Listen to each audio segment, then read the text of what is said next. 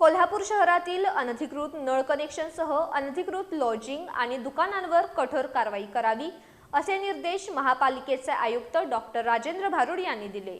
महापालिकेत आयोजित केलेल्या विभाग प्रमुखांच्या आढावा बैठकीत त्यांनी अधिकाऱ्यांना विविध सूचना दिल्या।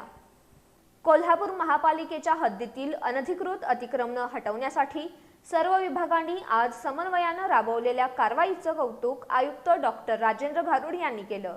शहरातील पार्किंग व्यवस्था सुधारण्यासाठी तसंच अनधिकृत हातगाड्या, केबिन्स, पाणी जोडण्या, परवाना नसलेली दुकानं आणि लॉजिंग यांच्या विरोधातील कारवाई सातत्याने सुरू ठेवण्याचे निर्देश त्यांनी दिले।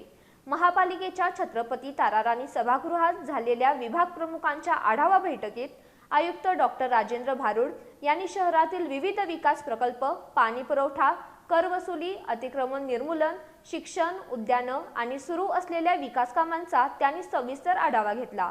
हलसवडे इथला सोलर प्रकल्प, मल्टीलेवल कार पार्किंग तसंच हॉकी स्टेडियम परिसरातील महापालिकेच्या ताब्यात आलेल्या इमारतीसाठी तातडीने निविदा प्रसिद्ध करण्याच्या सूचना यावेळी देण्यात आल्या।